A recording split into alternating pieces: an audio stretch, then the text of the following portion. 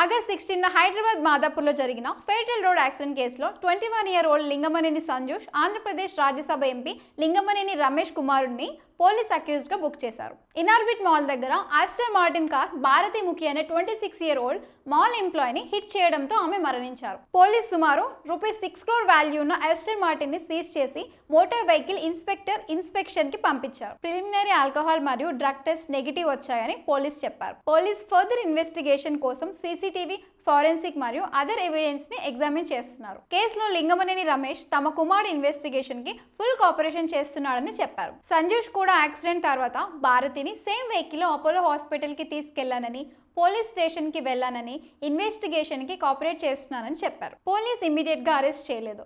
Further action evidence ఆధారంగా ఉంటుందని చెప్పారు. ఈ కేసు high profile political family involvement వల్ల మాత్రమే కాకుండా ర్యాష్ డ్రైవింగ్, రోడ్ సేఫ్టీ మరియు influential people cases investigation transparency పై కూడా డిబేట్ క్రియేట్ చేస్తుంది.